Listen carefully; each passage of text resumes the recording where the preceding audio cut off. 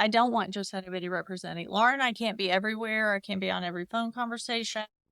So whoever's on our team, and we have come to the mindset of we would rather honestly have less people and more quality.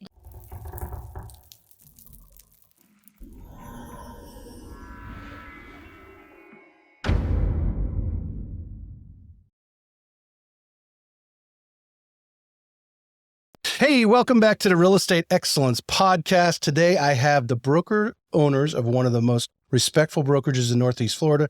Their vision when creating the brokerage was to be a full-service real estate firm focused primarily on military relocation. They not only have work with buyers and sellers, but I have a portfolio of rental properties they manage. These two ladies have over 30 years experience in the greater Jacksonville area. Let's welcome these two amazing women who own Hovergirl Properties, Lara Yehl and Joy Doyle, to the show. Here we are. Thank you, ladies. I'm really, when I was researching your website and so forth. Now your LinkedIn's are a little brief, and everybody knows I go to the LinkedIn for kind of get some background information. So there is some gaps in there we will fill in briefly to give everyone kind of your story. But I guess, Lara, if you want to kick off a little bit, as I always do, where are you from? Where'd you grow up? I grew up in Hollywood, Florida. Pembroke Pines, really kind of adjacent to Hollywood, but most people haven't heard of Hollywood. But grew up down South Florida and lived my life down there until, you kind of get married and start living the Navy life. But I grew up in SoFlo. SoFlo. Excellent. So now, again, the LinkedIn was a little brief. As a young person, you're 18, 19, 20 years old, what did you envision yourself doing? Because somewhere along the line you meet your spouse, right? And because both of you are military spouses, and please, I'm former. Joy's, I'm former. We can get to that later, Tracy. Let's talk about that. Good, but so how what are you thinking about as a young person? What dreams you have, aspirations of a career, or what you wanted to do? Right. At that time, graduating high school, I was actually living with my mother in Homestead, Florida. And she was like, you have to get a job with medical benefits. And so I went to work for Piedmont Airlines at Miami Airport. And I loved that job. That was, my hire date was 11/6/86. And I loved it. I worked for them until 9/11 happened. So I had about 15 years seniority with them. But as a young person at that time, my goal was to just do what my mother said, get a job with benefits. And I did. Right. And I loved it. And they moved me to Orlando for a promotion to a supervisory role at the airport in Orlando. And then that's where I met my now former husband. And then you kind of start living this Navy life. And then we went to Pensacola. You're the second Navy, Elaine from Coldwell Banker. It's Elaine Morgan. Yes, Elaine Morgan. She used to work for us. She met her, she was working in Orlando as well. And that was my question is, how does the most landlocked city in all of Florida, where are these Navy wives who come up? Funny that you say that. My parents thought he was lying because they were like, there's no Navy in Orlando. What are you even talking about? So should have been an indicator, but it was. Should have been an indicator. Well, there is not about a red flag down there, but and spring break. Yes. Anyway, so that was my, South Florida, worked for the airlines. It was a great training for customer service and how to treat people. And Piedmont really was known for their Southern hospitality, customer service, which is really hopefully who I try to be anyway, just who you are. Mm-hmm. And it was a great fit. And then unfortunately 9/11 happened, and then we moved overseas, came back, and, before you know it, Tracy, 10, 15, 20 years goes by. Yeah. Right? Yeah. Especially if you got a kid involved in it. Correct. A couple of kids in the mix. And it's like yesterday. It's like, I was born yesterday. I know. And you're like, what happened? Yes. But it's all good. Okay. Joy, where are you from? So I have a interesting story. I was born in Mobile, Alabama, which is how I met Glenn, my husband, who spent 26 years in the Navy, actually 30. But my dad had a contract that went out to Evanston, Wyoming. And if you remember before Google, there were things called the Atlas map. Yes. And so the Atlas map. You ever wonder how we actually drove around anywhere without? They say we were like pirates. So my dad got this contract approved by Chevron to find oil out of the mountains of Evanston. And so he did like any smart person. He went to the gas station, bought the $12 Atlas map. We came home, drove out there, and we got to Evanston, Wyoming, and there really was no school system that my mom found acceptable. So we turned the next page, and there was a little town called Park City, Utah. And that is where I spent my youth. So as a young person, what were your Aspirations. I wanted to be a lawyer, had no intentions of getting married at 19. Real. Yeah. And so Think about your 19-year-old kid getting Correct, married, y'all. correct. Yeah. Okay. So, and my friend had applied the year before. I was the student of the year for one of those organizations that, anyway, long story short, she got to go to Portugal. And I thought, well, golly, if Amy or Brian can go to Portugal, so can I. So I applied and my paperwork came back and I went to Malaysia. This cracks me up, Tracy. I knew her for like such a long time. One day she drops me. She lived in Malaysia. I'm like, you did. So you're 18 at this time? No, I'm 16. You're 16 at this time. Oh, Yeah. so this was a high school. This is type dry thing. high school. Oh. I'm trying to think of what that organization is. I'll think about it in a minute. Just like a foreign exchange type Yeah, thing? it was a foreign exchange student, AFS, American Field Service. Yes. Wow, So Doyle. you she's actually going went back. over and spent significant, it wasn't like a week or two. You actually went over and spent some time. 6 months. Mm. I'd lived with Department of Agriculture, the president of the Department of Agriculture, who went to college and got his PhD at the University of Hawaii. And his wife spoke English, but they would never speak English to me because they wanted me to learn their native language tongue, which is Bahasa. Bahasa. Okay. Whoa. In 6 months. In about 6 days. Uh, So that is a true Mm. story. And while I was in Malaysia, my parents got a divorce. oh my And goodness. so imagine, no internet. Right. Yeah. You're just making a phone call once a week type thing? Well, you got to have a phone to make a phone call. So you got a letter. And Oh. so when I left Malaysia, I never went back to Park City. I flew back to Mobile where my mom was living with family because my dad left my family. Wow. And that letter took a good week to get there, I would imagine. It took a little bit of time, but I believe God is in control of Mhm. everything. So Yes. here I am. I go back to Mobile, Alabama. I think, what are we doing? I need 1 credit to graduate from high school. I could do it by working. So I worked for a lawyer in Mobile. Mm-hmm. And then I had a good friend, and her name was Wendy Boxall from Park City, who had never seen really an ocean. And so for her spring break from the University of Utah, off she comes to Mobile, and we go to the Floribama. Have you ever heard of the Floribama? Yeah, I have. Oh, I Yeah. have. Yeah. And so I showed her what the mullet toss was. That's right, girl. Mullet toss. Laugh it up, Doyle. Yeah. Pass it up. And then this guy comes in a full suit and puts on I'll show you later, the poster where he staples it to the wall. And our third friend says, he is hot. And we've got to go to that party. And Wendy and I were, Oh, sorry. He was wearing a flight suit, you said? yeah. Okay. All right. So he's in I'm flight school putting in this together. Pennsylvania. I'm visualizing this. now that- Not Glenn, their roommate, Tom. Okay. Don't know what happened to Tom. We should probably try to find him. You okay, Tom? Yeah, Tom, you all right? Tom? Remember the red door on Fort Pickens Road? Oh my God. Okay, so All right. So you see this guy hanging this poster. You like, he's hot. yeah, well, I don't really think he's hot, but Megan does, and so they invite us.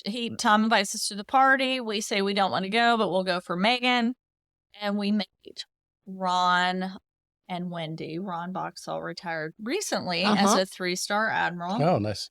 And Glenn retired as an 06, and we both married the men that we met that day, 1985. It's incredible, Tracy. Yeah. It's very good. You can't make that up. It's very good. I have been like really, because I love Maverick, and I'm sitting here. I was watching some of the YouTube clips this morning as I was getting everything ready, and just as her talking about this, I'm visualizing that. Yeah. Yeah. You need to go watch it with Glenn. He'll tell you all the things they didn't do correctly. Yes. Oh my gosh. Like the I-bar is not on the beach in Coronado. It's on the base. Yeah, it's on the base. Anyway. Well, it doesn't make it as romantic. No. So you're 19. You go and get married. So are you now moving around? I mean, what happened? Yeah, What do you start so, doing? Your whole lawyer idea Gone. gone. Which is okay. I'm in love. I'm young and in love. Glenn likes to see. Did you see the Officer and a Gentleman where the Yep. guy goes into the factory and yells, Yeah. "Go, Paula"? Yeah. Well, everybody. Glenn always calls me Paula because he thinks he saved me from Alabama, which is Honestly, probably a little bit of truth. There's a little bit, a little bit of truth behind that. So he gets his orders. We marry March 8th. He gets his orders March 20th.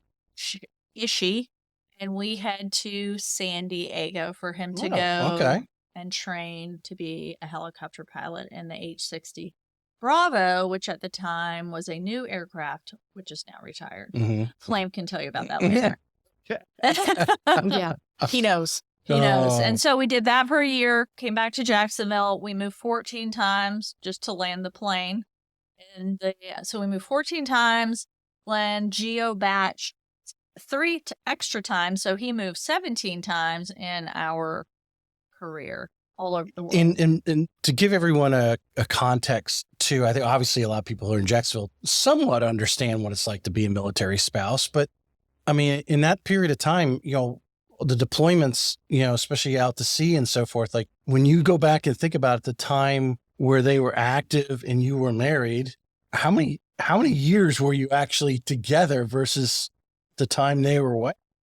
Well, that explains the 30-year marriage. That's right. We've been married 37 years 2 weeks ago, and that's why. No. So you have to deploy him every so often? Yeah, you got a uniform. No, in all seriousness, so, it's a different Navy than it is today. It was only letter writing. We would put a number on the outside of the envelope because when your mail would drop, you might 15 letters at one time, but you didn't want to read that out of line. Yeah. So that is very old school. I've kept all those letters. My girls, once we are deceased, can have them because they're going to get a kick out of them. But yeah. So you haven't disclosed it to them yet? Just a couple teasers, couple of hangers, just a couple teasers, so they don't throw the shoebox away. She might have to redact a couple things. It has been. Yeah, I'll help you. We'll have a redacting party. Yeah. So that's how we lived our life, and so I think a lot of that, to be honest with you, being married so young. Not that I am encouraging deployments for this reason, but I spent a lot of time alone, so you kind of grow up. In the way of people who go off to college and things like that. I kind of had a little bit of a sorority, if you will, like Lara, of girlfriends doing the same. We didn't have the phones, the text, the talking that the military where they can get has. online. You can actually see them. No, that was not happening. No. None of that was going down. No. At all. All right. So do you pick up any other work? Because it's a little bit of time before you actually get into real estate. Oh, 100%. So what are some of the things that you guys do? Oh, I joke about this all the time. We went to Japan for a couple of years and lived in Sasebo. And so I was always a working person. I worked since I was 14. Always, we joke about making a little money on the side as a Navy spouse. And so we were in Japan. I taught English at a little Japanese school. And so I used to joke that I would make yen on the side, which I did. And then they have the 100 yen store, like the dollar store. Absolutely. I'd schlep my kids to the 100 yen store and we'd, spend our yen on the stuff there. It was, so I did that. And then again, I worked for the airlines for such a long time and then did that. When we came back from Japan, Joy and I were reunited. And speak a little bit more because you mentioned your kids were with you in Japan. They were, yeah. So what ages are we? My youngest one, who's 20 now, he turned 1 on the plane moving to Japan. We crossed the date line and the boy turned 1 and then promptly threw up on me. and then the older boy was 4. So my kids are 3 years apart. So I was there with a 1 and a 4-year-old. What are some of the stresses, some of the challenges of having kids overseas? It was something, and like Joy just alluded to, I felt back, I just mentioned this to an Air Force spouse that I met a couple days ago at Madame Bernadette. Her husband retired Air Force.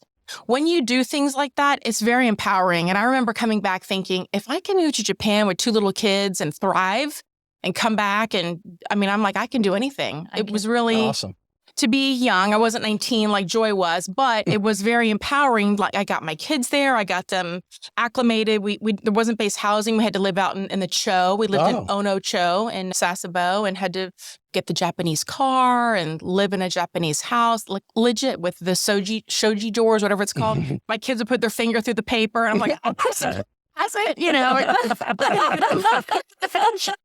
kerosene heaters with a 1-year-old, all of that, right? Right, So it was very If challenging. you can do that, you can do anything. Well, of course, like Joy said, you get there and your man's gone. We got there and the ship left. And so you just got to figure shit out. You got to figure stuff out. No, you could say that. Okay. Well, people are doing that all day around the world. And that's what we did. Did you take them to any other countries, or Japan was primarily? We basically stayed all around Japan. MWR had awesome trips that we would take with other family members because really, I didn't want to go alone with my kids, Right. but it was great. We saw a lot of Japan. My former husband saw a lot of that part of the world, but we really kind of stayed in Japan. Lots of beautiful things to do, and really we made the most of our time. Well, Did you go to Singapore? We did go to Singapore to meet the ship with the Dowdells and the Espiritus. And again, these are people, like, as you know, Tracy, you form these bonds. We are connected for life. Right. With people that you do that kind of stuff with. Sure. It was great. Now, how about you, Laura? Did you have your children with you? Yes, I'm Joy. Yeah, Joy. I'm sorry, Laura. Joy. No, I'd Yeah, love to. I know I was going to make that mistake somewhere on that. No. People always call me Joy and her Lara. All the time. Where did you go with your Emily. outside the country? Yeah. I did not leave the country with the kids, but we burned up I-10 going back and forth to California. We lived in, I'll give you the quick version. Mm-hmm. So got married in Pensacola, went to San Diego, came to Jacksonville, went to Philadelphia. Glenn was in Admiral's Day, went out to Monterey. He got his master's degree, went to Long Beach during the Rodney King riots, which was a hard to be left in the midst I was pregnant with my third at the time. And, it was just a hard time for that part of the world. Mm-hmm. And then my heart broke. And then we got to San Diego. He deployed for 9 months off the coast of Somalia. If you watch the movie Black Hawk Down, he was a mini boss who would send the helicopters from the ship sitting off the coast of Somalia. That was his job there. And came back. We came back to Jacksonville, up to Memphis, back to Jacksonville. I said, no more moving. We now have kids that are entering middle school. And he was fortunate to have 2 jobs here. And then in addition to that, he went to Norfolk in the height of the war of Iraq. Yes. Yes. Iraq. And then he went to the Washington, D.C., to the Navy Budget Office. He was the assistant to all the Navy budget, came back here as the Commodore, and finished his So how many tour. times your kids move and have to change schools? Believe it or not, crazily, we did so much moving the first decade that once we got here and got settled in the latter part of their life, they went to Providence here in Jacksonville, and they were able, because we sacrificed, really Glenn, a lot, sacrificed keeping them stable. And we always said we were never going to have the regrets. But he was in the military at a time of a lot of uncertainty. Iraq was happening, Osama bin Laden. I mean, just crazy stuff. Right. So things were going on. Anybody that knows anything about trying to navigate the Navy budget knows you'd rather go to Iraq than the Pentagon. All right. So when does the sense of real estate, because you guys already know each other at this time. I was going to say, when do you guys Joy and I met. Molly was not a baby, but she was little. Yeah, 3. And that was the time they had come back to Jacksonville. We ended up in the same squadron together. I went to a officer spouses meeting type of deal. That's where I met Joy. And the girls were planning a party. At the time, they used to have this thing called the flight suit formal, where you could alter the flight suits. You'd have a theme for your squadron. And no longer done. Yeah, no, it doesn't happen anymore. It really is a different world. Y'all know that. Well, actually, I'm surprised about that, but go ahead. But museum. We should make a museum. Anyway, I still have my thing, and I think today, knock on wood, I can fit into it. So anyway, we had this thing. We were the Flying Elvises, and so Joy and I were like, "Oh, I raised my hand. We had to go find go-go boots and Priscilla Presley wigs and things like that." And so Joy and I went to 5 Points, and just immediately we were kindred spirits. Put Molly in the backseat. Yep. Molly used to laugh. It's such a cute little laugh. Anyway, we took Molly, and she was my baby. And honestly, I have loved her kids as she has loved mine. And that's just how this is going. That's just military life. So we met. Glenn could not get leave, so I had to go find a house in Memphis. Yep. I call this the beginning of Hover Girls. And I said, I got to go to Memphis to buy a house. And Laura said, I'll go with you. And so the 2 of us Memphis. Husbands couldn't get leave. We went to Memphis and found a home and bought it. And I have to tell the story about Rhonda Lane. you cannot. Okay, never mind. You may not. Okay. Or maybe she could tell it. We could decide whether we want to edit it. No, that's it's to the grave. Anyway, some things are to the grave, Tracy. So okay. that was the beginning of Hover Girls. Now we all came back. She came back from Japan. right. I came back from Memphis. And the market, it was 2007, 8. So imagine. Yeah. Wow. That's when you're thinking about getting into real estate. That's when Hover Girls was born. That's right. Well, yeah, 15 years ago. Yeah. Yeah. Okay. Now, why? Everybody wants to know why. So I'm going to tell you why.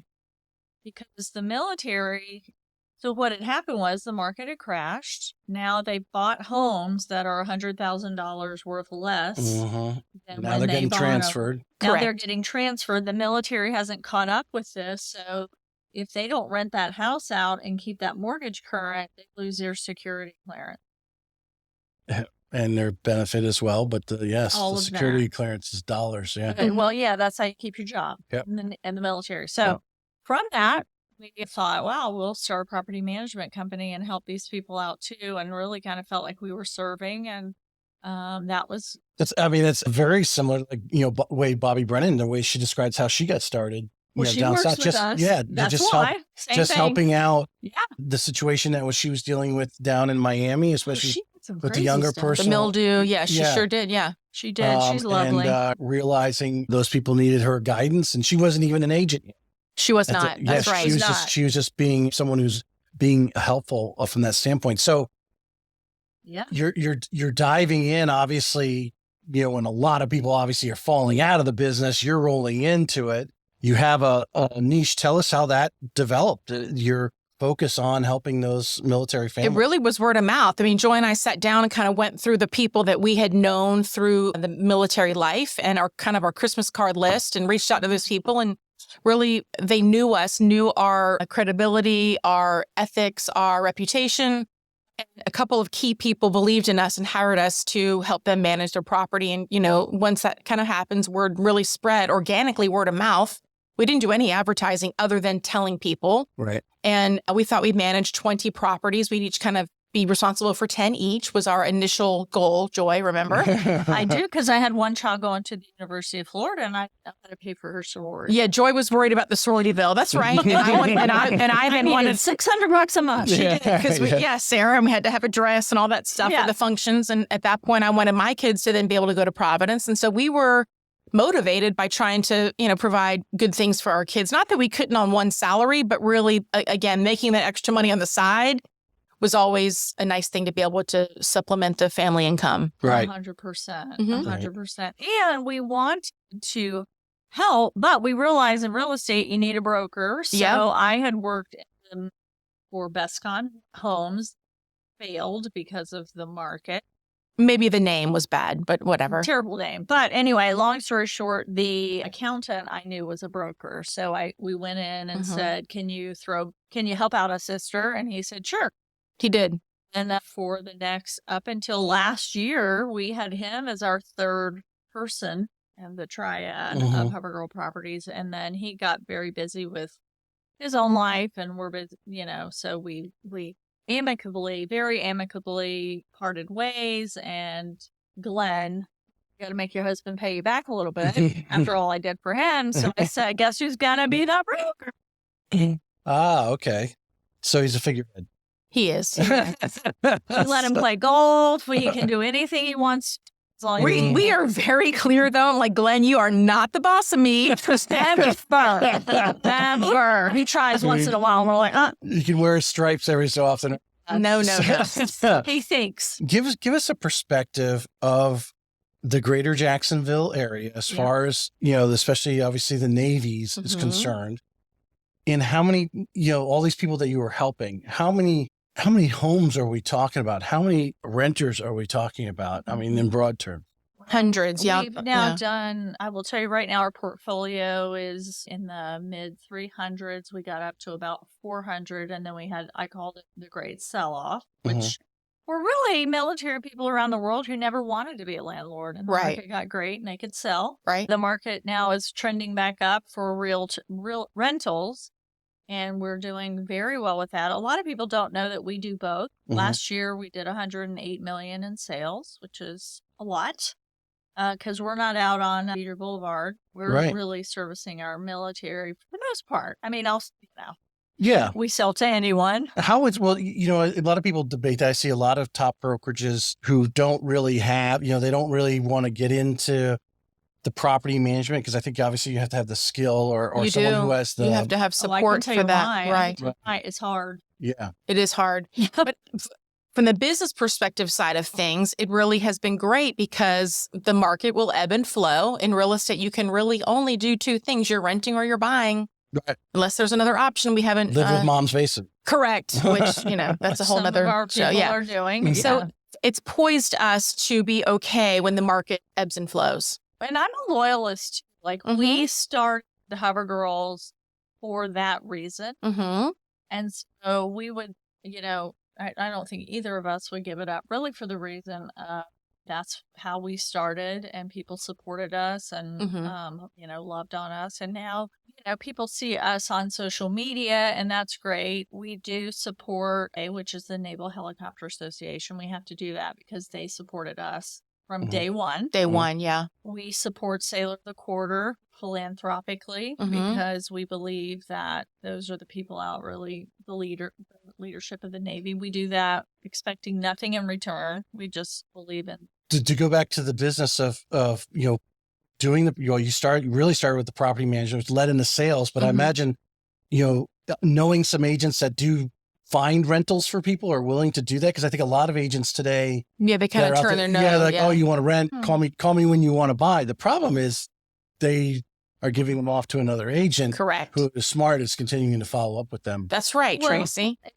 And what we always tell agents that give us a renter, we say we will do our very best to get them back to you. And we do because we feel like that's the right thing to do. However, the rental agent has stayed in touch and now has a 1-year relationship with a tenant. Sometimes they just are, dig their heels in and say, absolutely not. Yeah. I'm going to only you. And we can't do it really anything about that. You can't make somebody. No. And I'm not, but we try. Right. We also give 10% referrals to anybody who has a real estate license that refers someone that we place. They get 10% of the first month's rent back as a thank you. Well, looking back over 15 years now, starting with that base, and now there's probably a whole circle now that this is flowing for you, from the renters to buyers who now will rent because rent is getting there and they can afford to have both homes type of things. And I'm sure you guys educate them on, you might want to hold on to this one right now, right? Because you're going to get this quality rent, right? And that sort of thing, but through education. But I mean, just simply having that flow. I mean, how has that, changed your trajectory versus if you just started, with the exception of the collapse of 2007 and 8, because, if you just start off, hey, I just want to sell like a lot of brokerages are and not do the rental. I mean, how has that changed your trajectory? The fact that you do it all?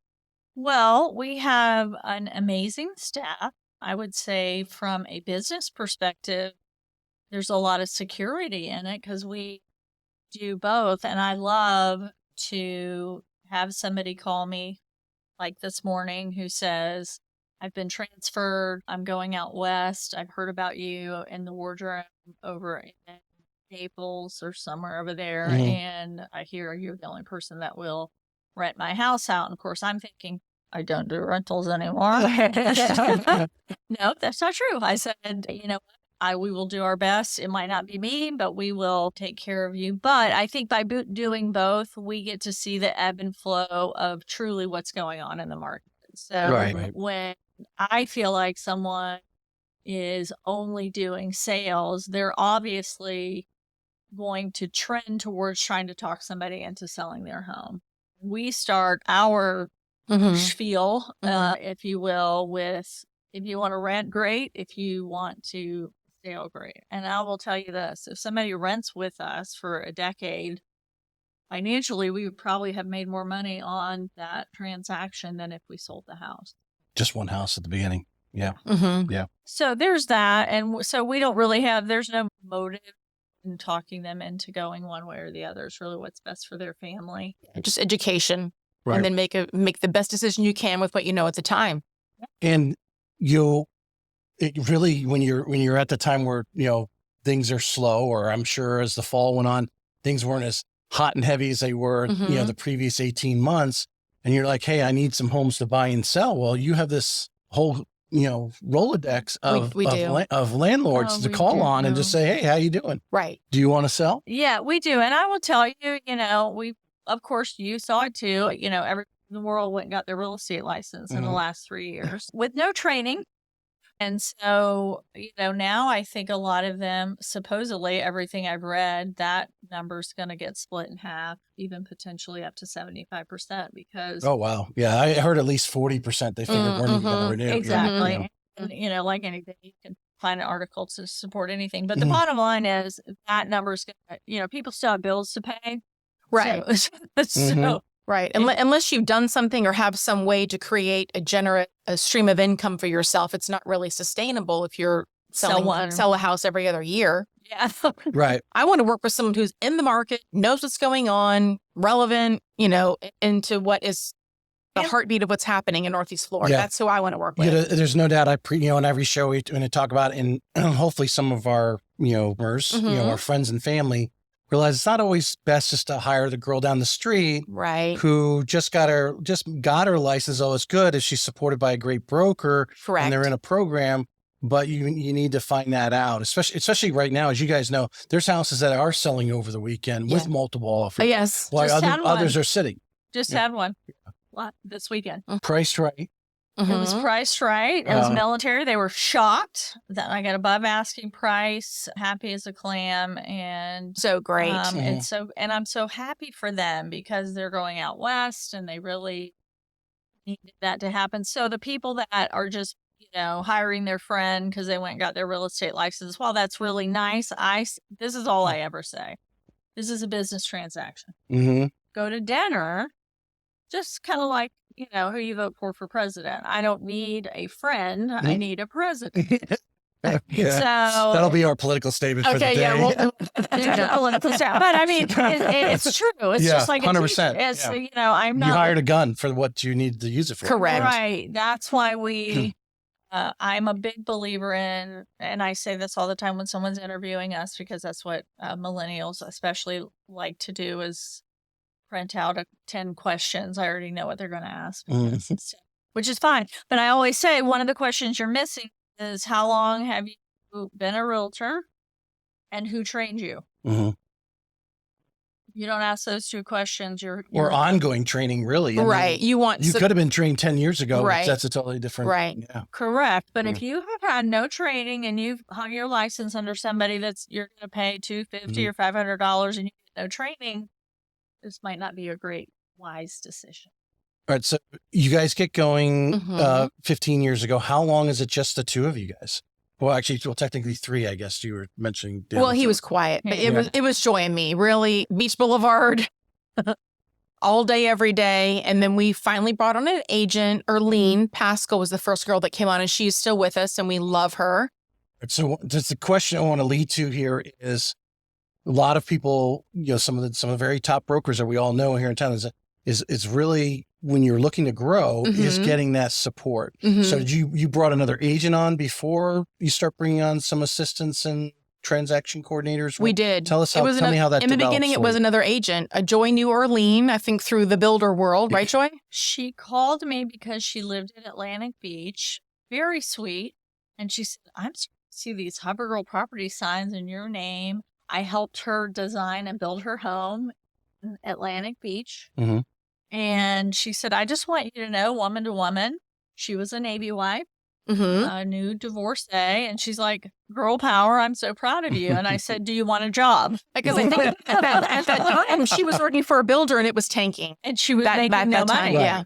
Yeah. She was panicking and she was she needed, like everybody, a job.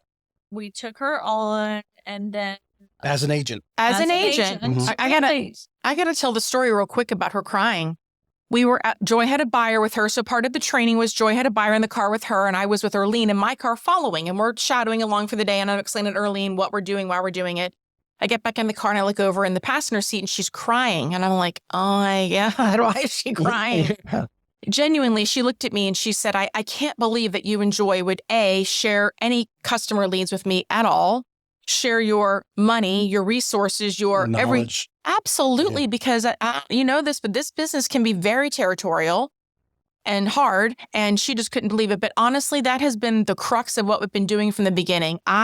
There's room at the table for everybody, especially someone like Erlene, especially like another Navy wife that really kind of gets our vibe. Mm-hmm. But to answer your question, yes, she was the first agent we brought on. And then eventually support staff came. Once we got to where we exceeded that 20 pretty mark, Joy and I couldn't answer the phone call about the pool filter, right? Mm-hmm. So we hired a service person to field those calls. And from there, that has now grown. We have a full-time service person that fields all the calls on the rental properties. Right. And I have to give Obviously. a shout out to Leslie, who is Laura's sister, who at night, she would work all day at a law firm in Orlando. She did. And she would come home at night and run background checks and put with the lawyer these leases together. She and did. So that was, she kind of stopped the administrative side of things. She did. And then one day Joy's like, she got to move here. I go, she can come here. So we were able to match her salary, what she was making at the law firm in Orlando, and moved her butt to Jacksonville. And, you know,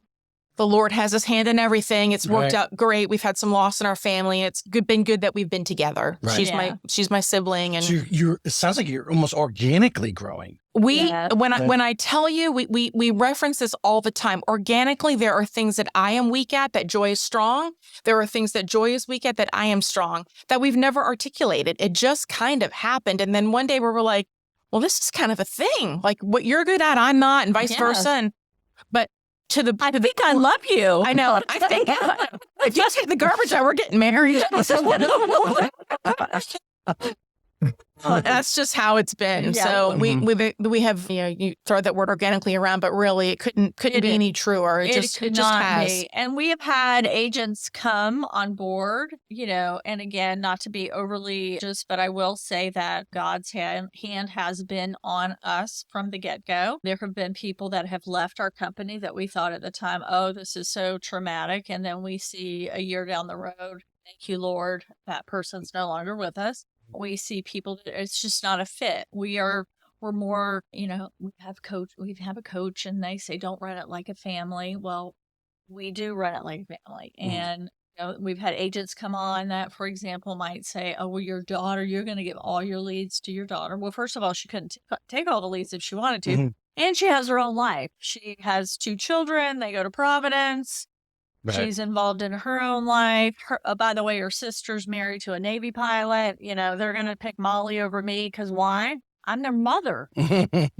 Molly's way cuter than me. He came home yesterday. We have to see Welcome Home, Lieutenant Commander Bachman. McLevin, welcome home. Anyway, in all seriousness, but, you know, organically, it's just happened. And we've had a lot of people like Erlene, who's been with us from the get-go. And you mentioned Bobby. Bobby, too. There are people that just are trustworthy individuals, and that is what we're looking for. We're not looking for perfection. We are all human beings. We're going to make mistakes, but I think what has kept and sustained Hover Girls is when we make a mistake, Laura and I get our checkbook out and the check and move along. Right. We don't fight with people. The fact that you brought some of these people in that had this bond with you in any way, shape, or form, or the lady that was in Orlando that comes, you would already been working with her. Well, the lady was my sister, so okay.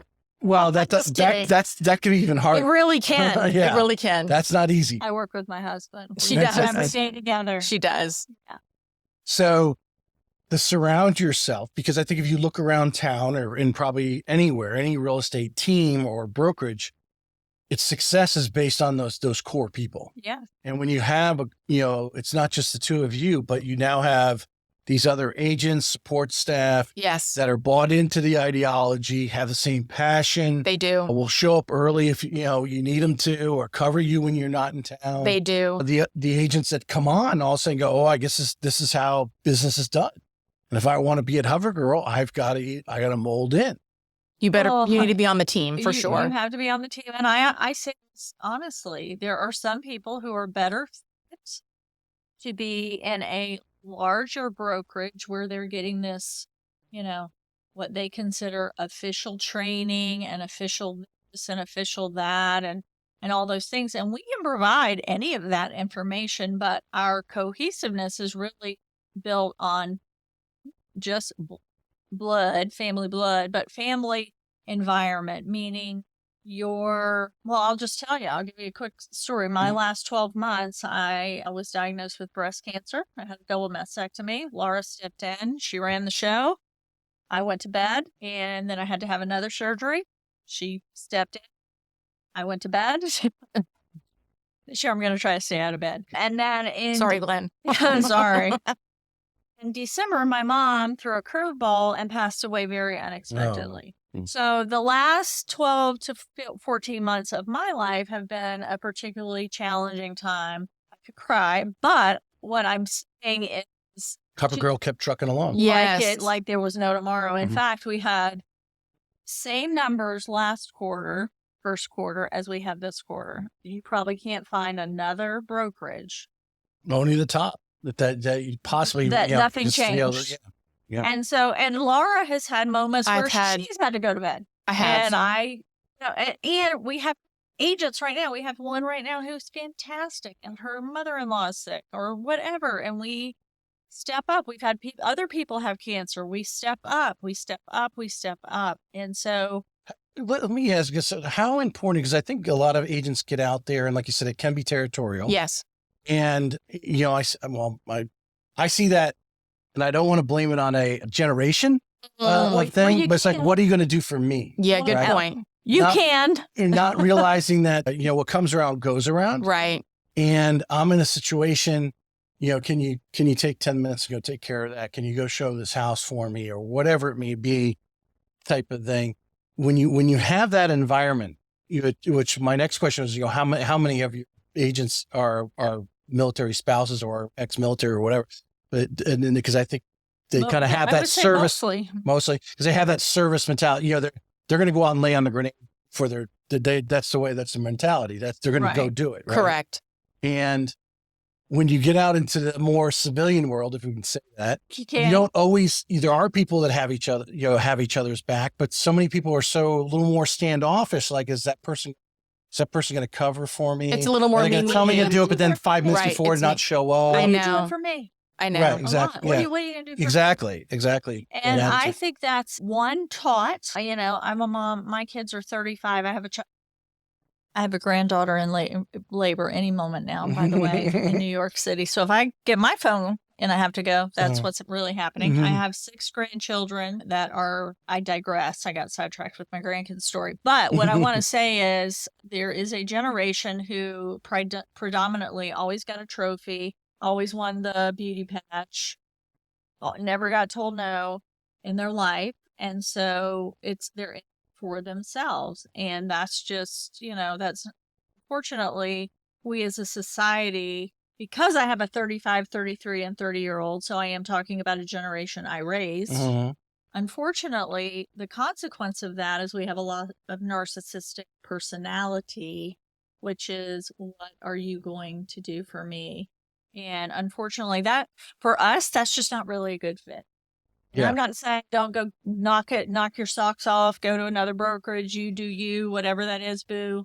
But that's not how we roll. Or are we going to apologize for rolling in a way that if you call me and you say you need help, I'm going to pull over and both of us Yeah. are going to help you no matter what. And you can't, and by the way, you can't teach it.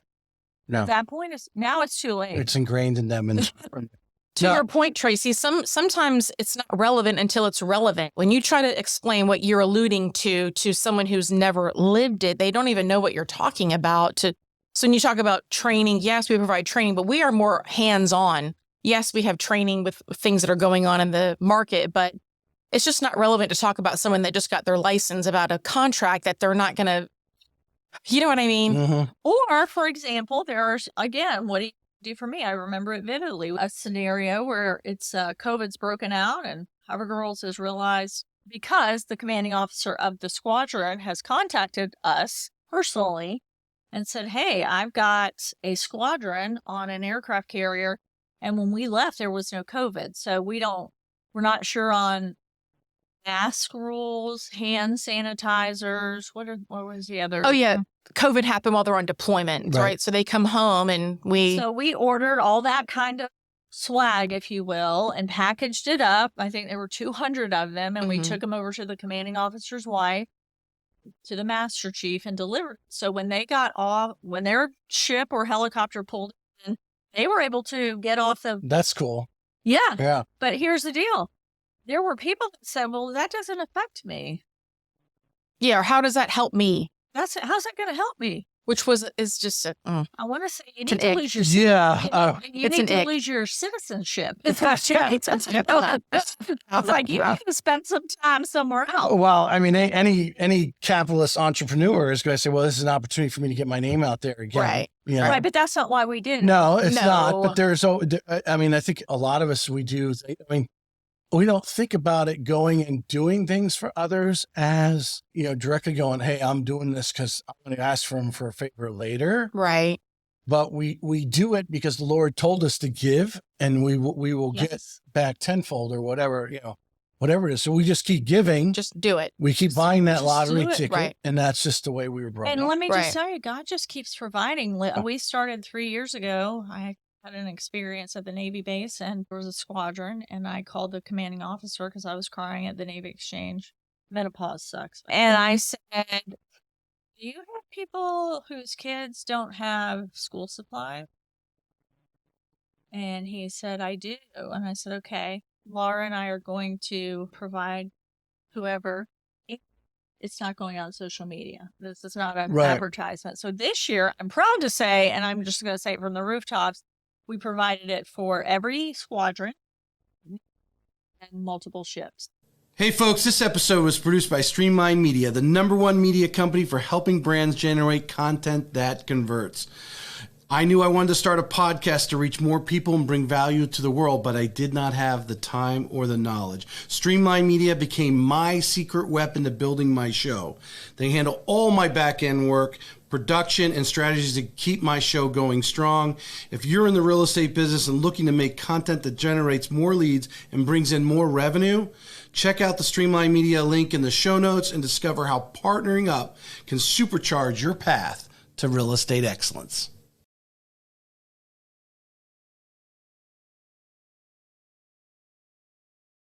You've created a family beyond your family.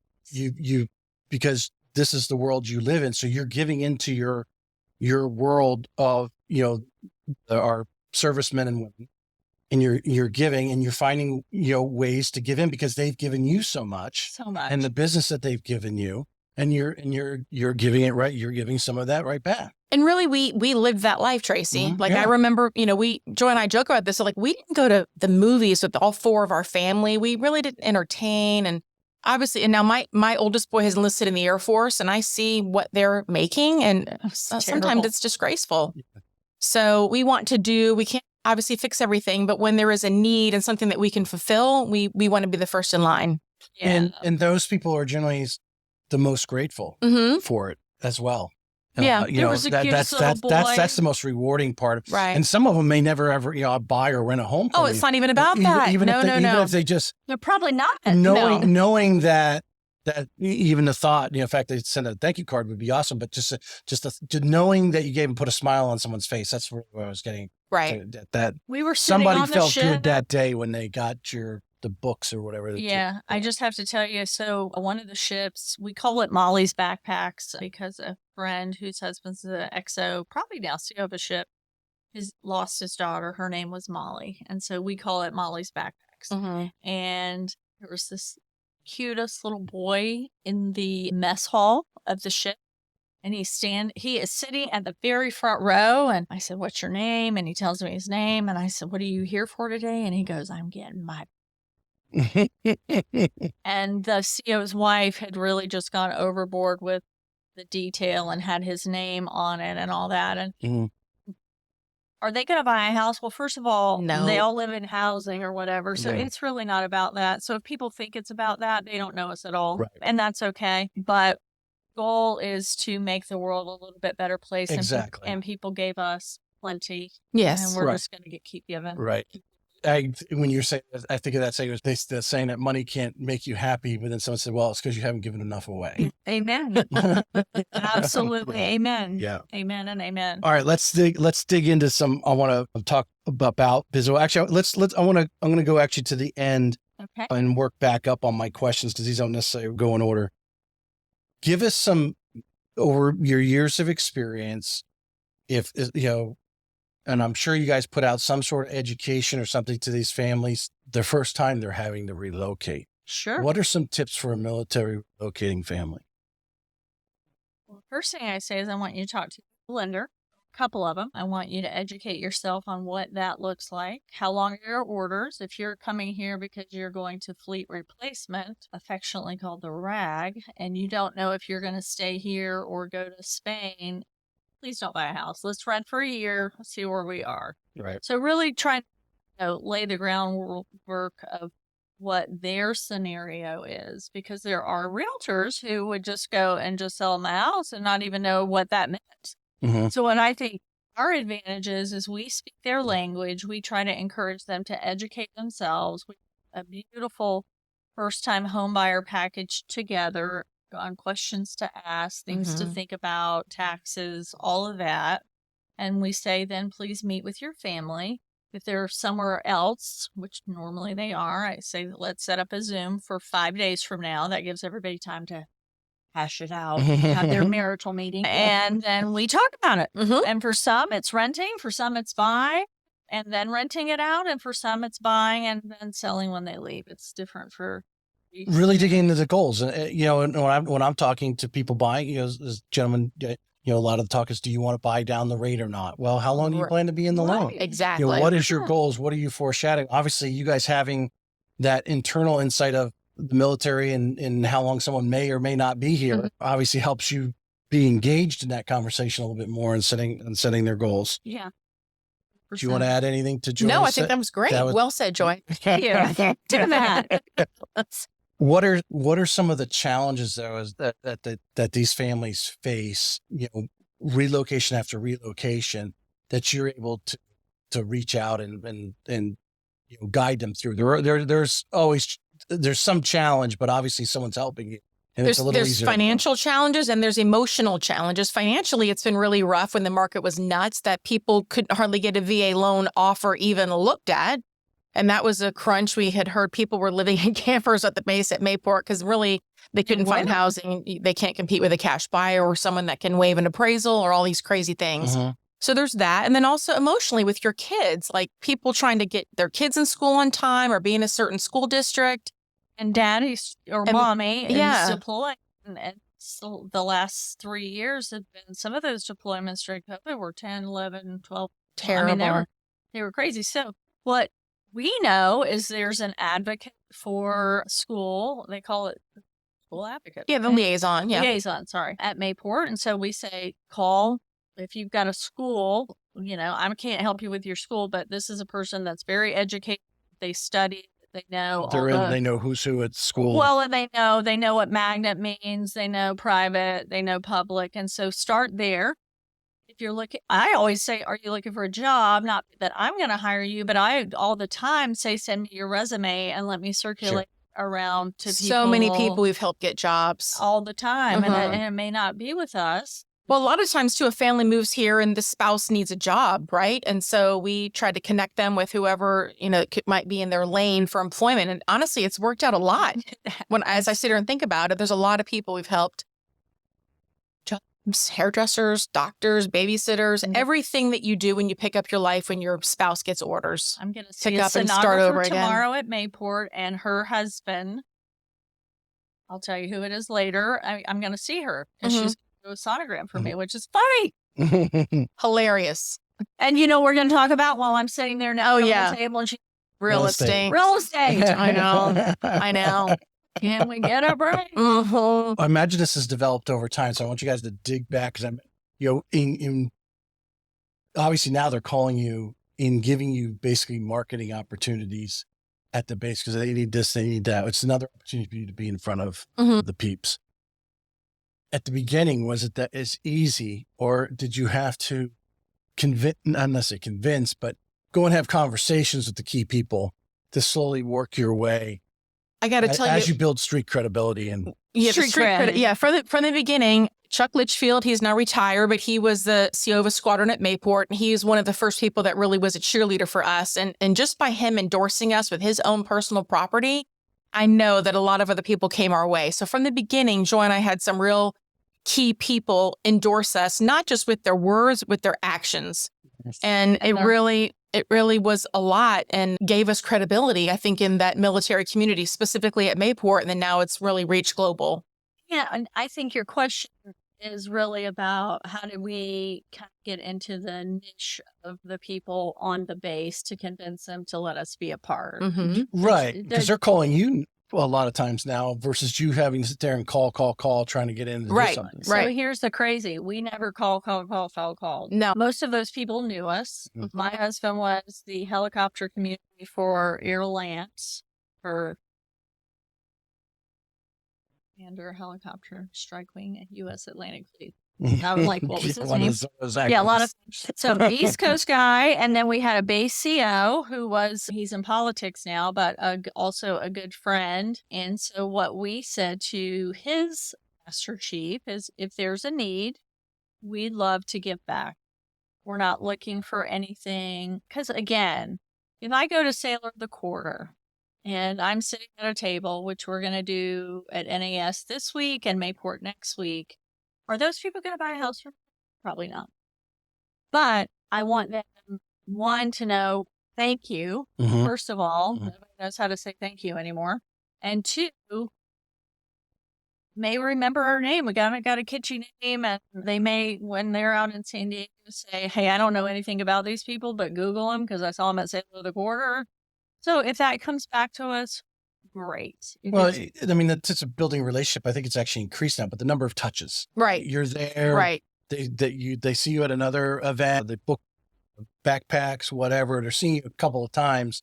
It starts to go, oh, I mean, these must be the ladies I need to work with, if I'm in Jacksonville. And inevitably they always say, why is it Hover Girl Properties? And that lends itself to a conversation. And it is a catchy name. That is, since you brought it up. Yeah. Because there are some guys on the team. So there are.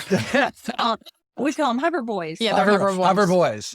Tracy, innocently from the beginning, we kind of thought our only members would be other people in the helicopter community. Mm-hmm. That's why we called it Hover Girl Properties, because again, Joy's husband, that's how Joy and I met, we were Navy wives. I, at the time, was married to a naval aviator. Joy still is. And that's just what we thought was going to happen. But again, they start telling their friends. And now we have people that are at NCIS, medical, NAS Jax, and it just really started reaching. And then, like I said, now it is globally. We do get phone calls from around the world. Mm-hmm. And obviously Zoom with people from everywhere that are either coming or going, leaving here or coming here. And that's just how it's happened. Do you get a little tickled when people in the military call us Hoover girls? I'm like, yeah, they'll say Hoover, wow. Or sometimes they say cover girls. And I'm like, no, it's hover like the helicopter. But that's just a non-helicopter community person. That's all. Like Hoover? Yeah, they do. They say Hoover. Vacuuming. I know. Vacuum. And with the little helicopter logo next to, okay. It's cute. But there's not a lot of great spellers out there, and they get it confused. Spell check. Yes. Let's talk about, obviously a lot of people, a lot of real estate brokers. Obviously, we have a lot of former military great agents around town. Mm-hmm, mm-hmm. Sure. So everyone's always doing some different marketing. I'm sure you've done some different marketing, know, on the base or however. What is one of the craziest stunts you've done marketing wise to get attention? Oh gosh, that's a good question, Tracy. I can't think of anything really out there that you guys we've done. Anything crazy? Dressed up like that was you were still active. That was before the flight suit form was before Hover Girls. Yeah. Yeah.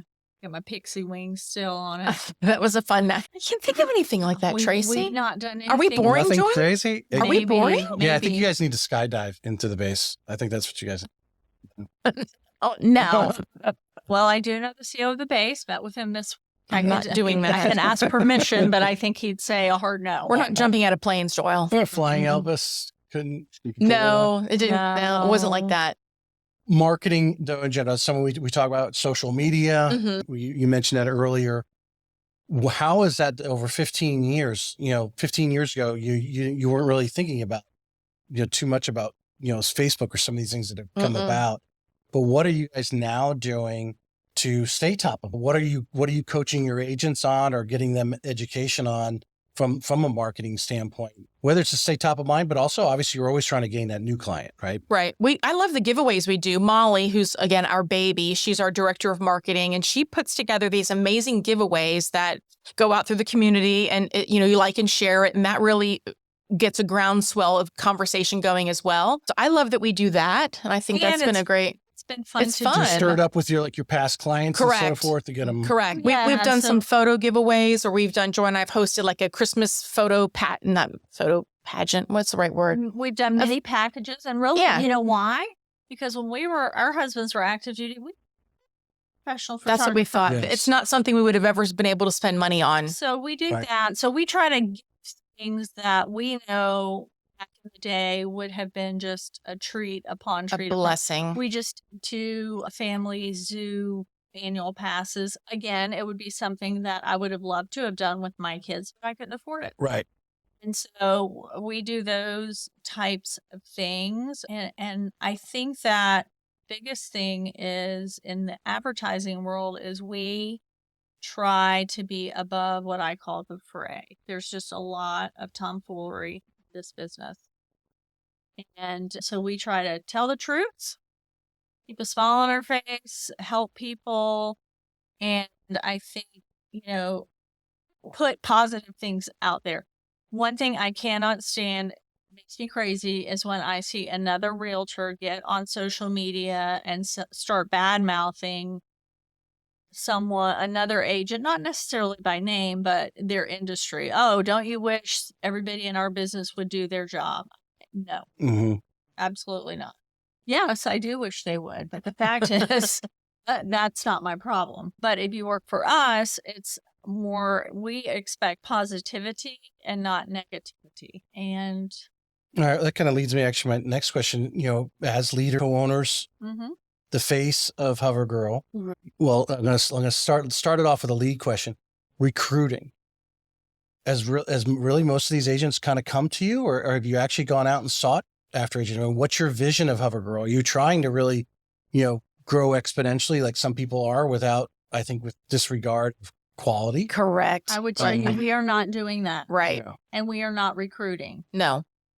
If someone comes to us, we'll have a lunch with you and we'll see what your vibe is and experience and see if you fit into what we see as who we are as a company. And we do not recruit. And really, because I don't want just anybody representing. Lara and I can't be everywhere. I can't be on every phone conversation. So whoever's on our team, and we have come to the mindset of we would rather honestly have less Mm-hmm. people Mm-hmm. and more quality. Mm-hmm. Well, yeah, 100%. I mean, because the drag of, It's painful. of taking. It's a It's it's a painful. drag. All right, so you're having that The coffee. drag is a drag. So that agent contact, she said, I really like what you guys are doing. I want to talk to you. So you're sitting down there talking to them, but there's an exchange. The agents need to get value out of being as part of HoverGirl. Yeah.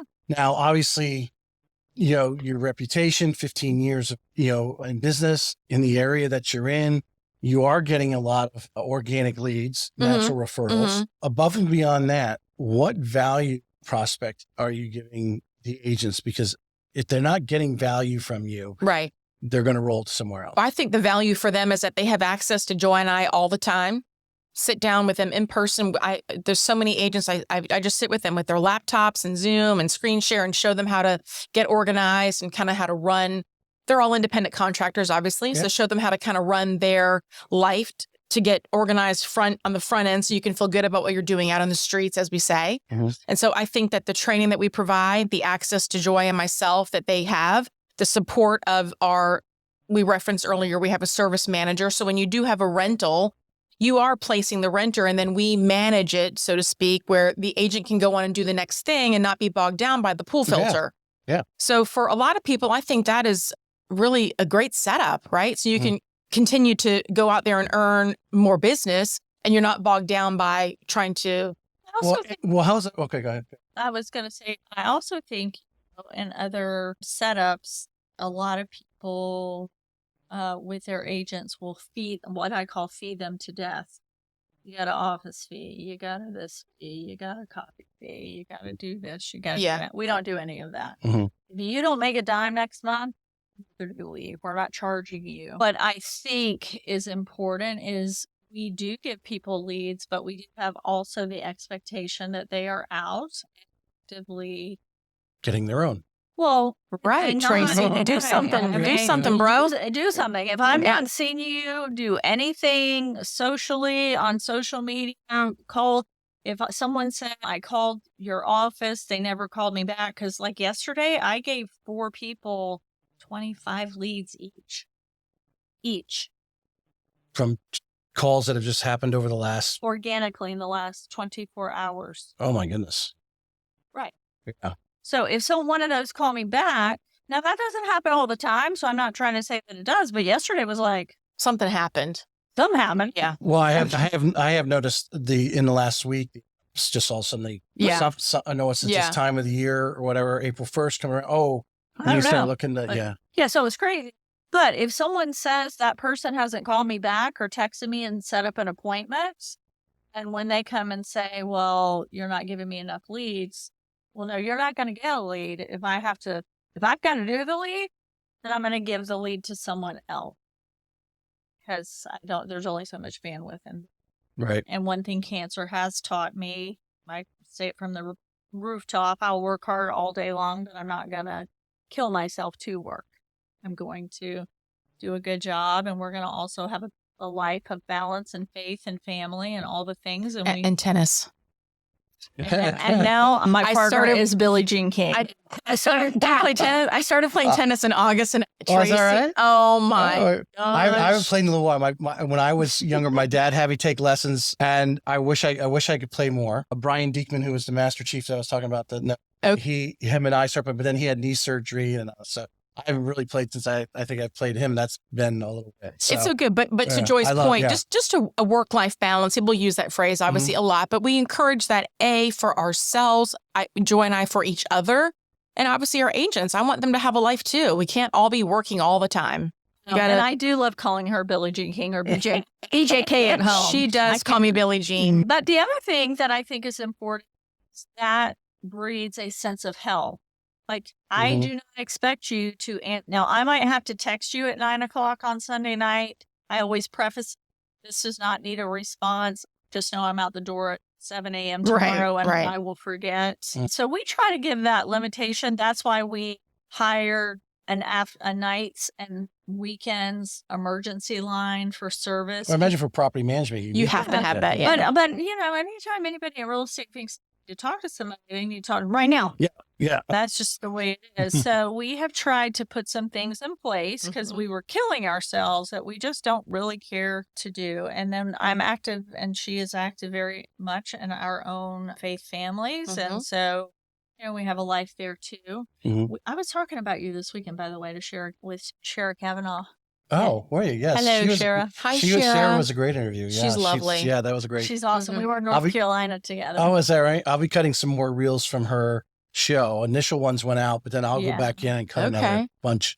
She's great. All I'm going to tell you is we were in North Carolina, and that's all I have to say. In North Carolina. Okay. All right. I imagine, well, actually, I want to talk about education first. So, it's just the two of you early. And that period of time was traumatic from the standpoint. A lot of short sales going on. Oh, yeah. Learning how to deal with foreclosure. Yes. Oh, yeah. Nobody had that knowledge and that you had to dive into it. Do you remember HAP, the Homeowner Assistance Program, sponsored by the U.S. Army Corps of Engineers? No, I probably don't. Okay. I was at that time, I was at Quicken. Okay. So they really, Quicken didn't even do V and FHA. Okay. You wouldn't know who that is. So yeah, they were just like, they wanted the fast speed. Of course, they had some of the alternative lending that was going on that got us in trouble. Right. And it wasn't until the class where then FHA and VA became a more higher percentage. So we did short sales, but HAP was what she just referred to, and that was the government. The Army Corps of Engineers came in. The president of the United States figured out the short sale problem of pre-clearances, and so they would pay the difference in what the property value was and and we would tables, no joke, and I would see a U.S. government check for $10,000, $120,000, Mhm. $130,000. But we did surround ourselves with people who knew the program, understood the program, all those Oh, yeah. things, and it was super important.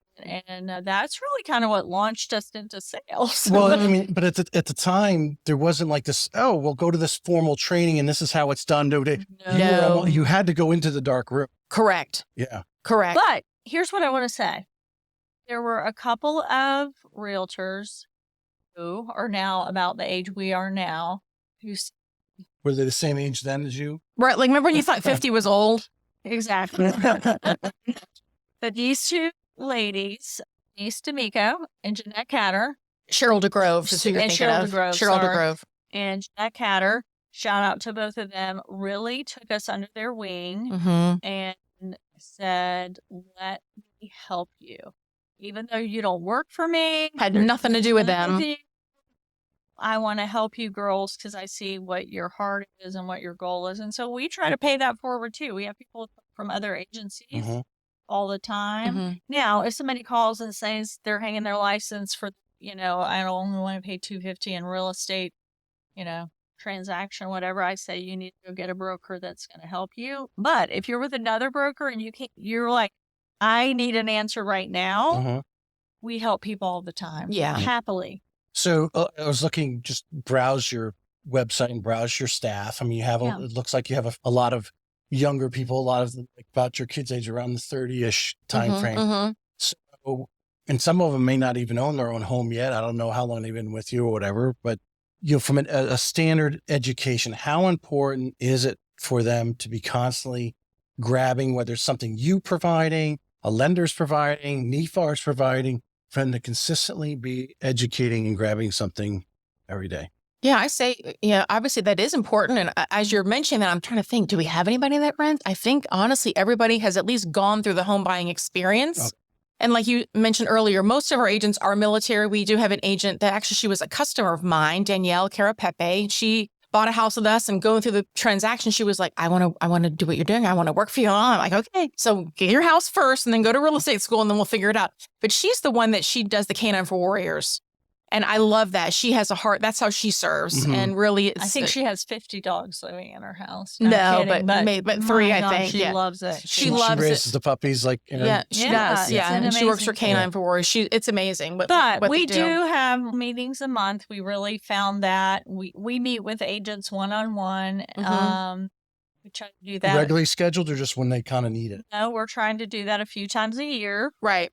And feedback. And then we have retreats where we get more feedback. And so from that, one of the things is we want to get together and do training. So yesterday we talked a lot about just, fair housing and what that looks like and how to make sure that you're handling yourself in a way that's correct and legal and that kind of thing. And so those are things we try to provide. How often are you, like you said, your past class client asked you about real estate? I imagine you get that a lot. Every day. It is. Of my life. What? No. So this is the real. How's the market? I want to put this on you. This part's going to be on, well, it's all on YouTube, but I want to clip this out. You're having that conversation to a lot, but not everybody.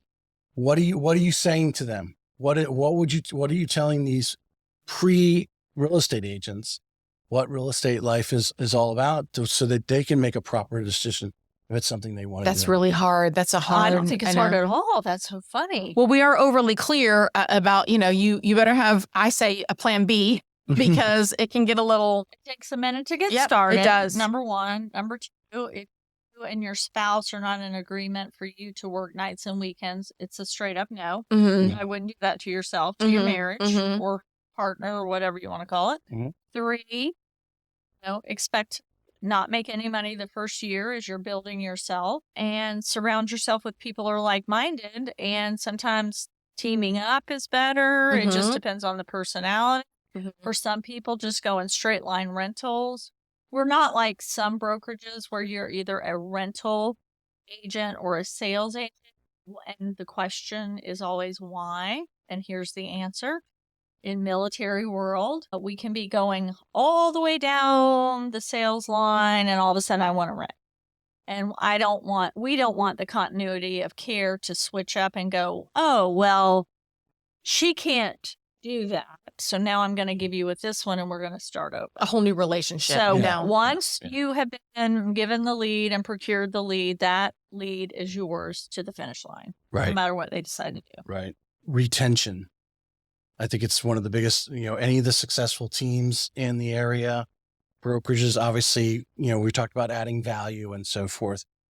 Between the two of you, when you talk about the brokerage as a whole, Yeah. what are a couple key things? If someone is like, hey, I want to start a real estate team, they might not think it, but I know because I've interviewed 130 agents and I know as their team leader, retention is big in their success. Mm-hmm. And having that core group of people is part of your retention. Mm-hmm. The longer they're on, the longer they're likely to stay, right? Mm-hmm. So when you guys talking about retention and so forth, what are some of the things that you guys have developed over time? You probably were doing something back in 2015 that you don't do today because you don't need it or didn't see it as adding value, or your team gave you feedback. But in the terms of retention, what's your mindset, your ideology that you guys are, as owners, are consistently thinking about? I think we're freaky. And I say that because not freaky in a bad way. I think we're unique in that my motto is, if you think the grass is greener somewhere else, I encourage you to go run on over there, water it, and good luck to you. Because I know that if you will just water your own grass, you will be fine. Number two, there are just certain people that are of the mindset they need to be in charge, or they need it to be about them. And if it needs to be about them, Hover Girls isn't going to work, because we really, for 16 years, have been the Hover Girls. All right. Well, dig deep on those two things, and they're probably somewhat similar. Yeah. Being in charge or about them. Give me an example of that as a real estate agent. That someone, I mean, they're a real estate agent. They're sort of in charge of their transaction that they're working, right? They're leading buyer, seller. And they'll tell you they don't work for you, but they do. Okay. They start copying that attitude when it's because they're still wearing the Hover Girl badge, right? I mean, that's still the, yeah. And you do work for us. Yeah. That's what the DBPR says anyway. But it's that's not me. Well, you start seeing that like you're going to have a meeting and they're not showing up, or they're not participating, or it's just start seeing not really taking your guidance. Yes. Yeah. And you can start seeing you're giving a preferential treatment or leads to this person. It's all the same, the writing can become on the wall. Here's the thing that I say. I want people to have the freedom to go and do what God's calling them to do. It's not how you leave, it is how you leave. Understand what I mean by that? But I'm trying to place it. So we had someone leave about 2 years ago now, and that person, he came and he said, hey, listen, I really want to have my own brokerage. He said, great. And hey, I'm going to go get my brokerage license. He kept us abreast of his plan the whole time. He gave us gifts when he left. Not that we need something to give, but I'm just saying. But he thanked you for what you taught him. He did. He wrote a note. He still to this day calls his boss ladies. I see him at church. I was just in Israel with him for 10 days, had a ball. Great way to leave. We've had other people leave, literally, who never mentioned that they work for our company, who blocked us on social media as if we're now in, 12, 13 years old. Yeah.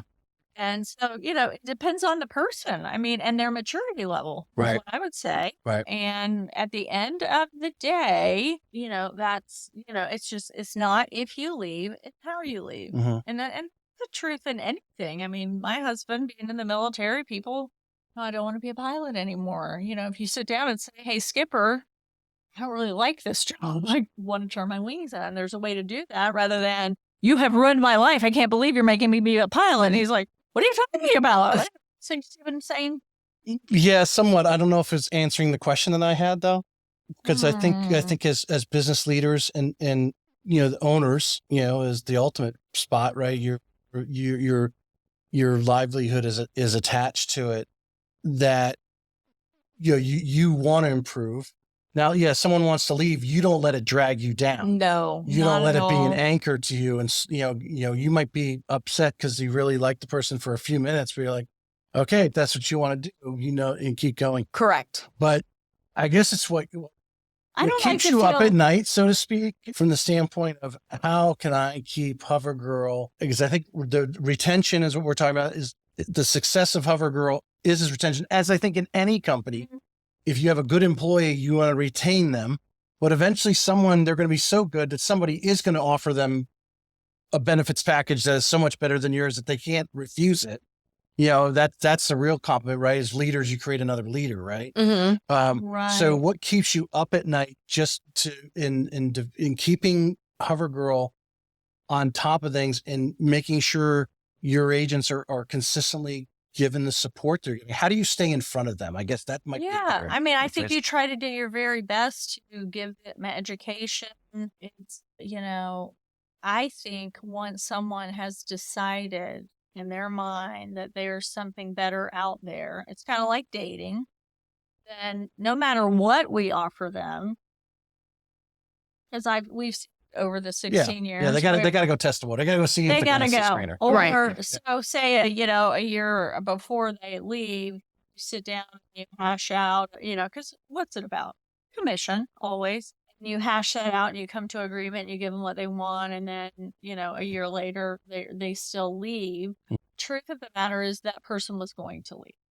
Is because I believe that once you get in your head, that's why you never, in my mind, say, we're getting a divorce. Once you kind of put that word out there, it gets yucky. And that's a hard topic. Mm-hmm. I mean, I never want anybody to leave because they're unhappy, but I also recognize I'm not responsible for their happiness and can only do so much. Well, let me ask you, this may think of, you have roughly, I think like 15 agents or so, something like that. Yeah. And so in your mind as owners, leaders, managers, whatever, all the above, you're wearing all hats, is there little things that you do that, if you were talking to someone who wanted to create their own team from another brokerage and say, hey, I want to create a team, I want to dig into your mind. What are some of those things that you do kind of above and beyond, behind the scenes, no one even really knows you're doing it, type of things to keep, you said family, to keep, you got 15 kids, you can't give them all the same attention. That's right. Right. What do you do to kind of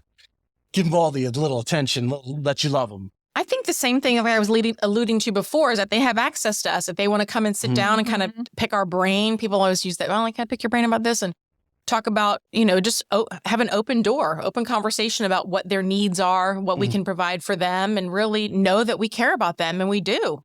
And we do. Yeah, we do. But at the end of the day, if a person like the first person I was referring to, when he decided to leave, he wanted me to come see his office. I did that. He asked me how to run his business. I answered it. We talked about Israel. I mean, if someone says, hey, I want to go out on my own, would you help me? All day long. And so it always is a little bit jolting when you don't get the courtesy of knowing that's coming. Right. And I think because we were talking about before, what comes around goes around. You give. It does.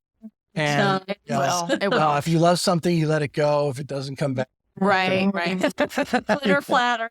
Right. Glitter, yes. All those great friends. But because you are a giver and so forth, that's what you want to do. What I think will probably hurt you the most, which would be the same for me, because I'm exactly the same way, is the fact that that person leaves, blocks you on social media, cuts the line, cuts the cord abruptly one night. It's because you were giving in so much that they didn't have the humanality, to lack of better words, maturity, to say, hey, I really appreciate you, but I want to go start my own brokerage, I think I'm going to go over here. I want to, and obviously you're always going to say, well, you make sure you're going to always, I know people fear that other, because you're going to try to obviously. Does anyone? Well, what I said to the guy that left first, I've known him since he was 14 years old, but here are some of the things I want you to be ready for. Yes. That you don't necessarily see financially that run behind the scenes. And we would be willing to share that with anybody. Show you that. You're right. But if you quit at 11 o'clock at night and cut me and I can't even get a hold of you, then I can't help you with It's odd. It's odd. I'm gonna finish up here. Is there anything else that we didn't mention that you guys want to say about Hover Girls and that maybe we can cover? I think we covered a lot. You covered a lot, We Tracy. did cover a lot of I ground. like your little list there. It's good. You guys are involved, obviously, with a lot of things at the base. You said you mentioned now. Is she an agent and also works for Canines for Warriors? That lady? She is an agent and also works for Canine Forwarders. Yeah, Danielle Carapepe. Yep. Anyone else that we want to mention for their service and I would say Bobby Brennan. I mean, honest to God, she has been with us forever. She is a friend of a lifetime for both of us. Yeah. The girl is a miracle worker in real estate. I can tell you that. And not only in real estate, if you need someone, Yeah. she will help you. And the list really, I hate to leave out anybody because there's so many that have so many great qualities. Even our service manager, Katie Cowell, I mean, that's the worst job in the world, by the way. Property management service manager. No one calls you and says, thanks for sending me that $800 bill for that hot water. It's rough. But she is lovely. Excuse me. Molly and Mitchell are doing very well. Leslie, her sister, she does a lot for people who have been doing their property management with us for a long time and then want to sell because they've been talking to her for a decade. Right. Excuse me. We have a husband-wife team on the north side. I'm sure you saw their picture on our website, Kelly and Rick Whitney, who are just phenomenal. And I love that they're out together, working and doing stuff. He was an AW, used to jump out of the back of the helicopter with Glenn. He's great. What do you think, to sum up your team, what are 2 or 3 qualities that everyone seems to have? Commitment.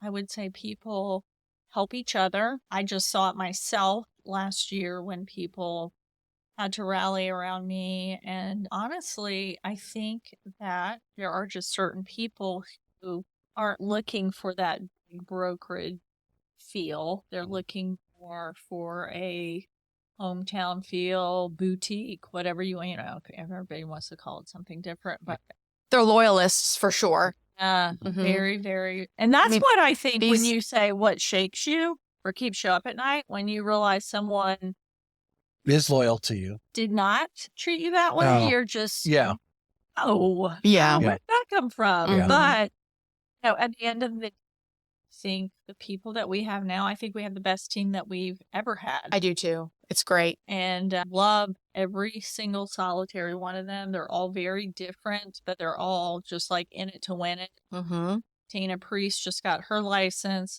killing it. So, I mean, it's just good.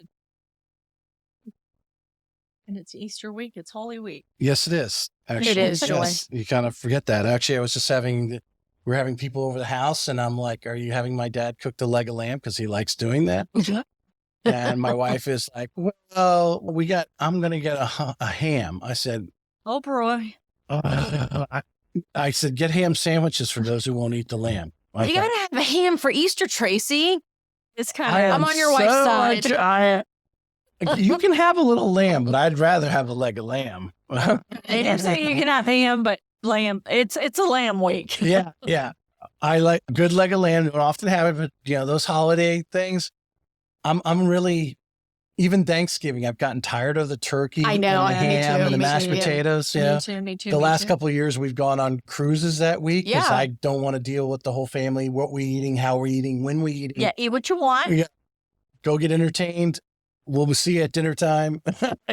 That's required if I paid the bill. But I really feel there's so many other things out there other than ham and turkey. So there are. Have you had the shawarma? No, I don't believe I have. Okay, well, if you go to Israel, get the lamb shawarma. Lamb shawarma. So was that a certain different cut? What are we looking at? It's like sliced lamb. My husband loves it, and it's SHAR. There's a W in there, ARMA. Shawarma. What's that meat place at the town center? He can go there for that. You walk around with the meat on the thing. Oh, the Brazilian steakhouse? That thing. Yeah. It's very much like that. It keeps me. They come over and all the meat. I am going to fish up. Ladies, I appreciate you coming on. This has been a great show, and there's going to be a lot of content going to come out of this. Because if anyone wants there's some good laughs in here and there's some good knowledge to be shared. So this is going to be a great episode. Thank you for your time. Thank you. Thank you Appreciate for it. having us. We appreciate it. Thank you.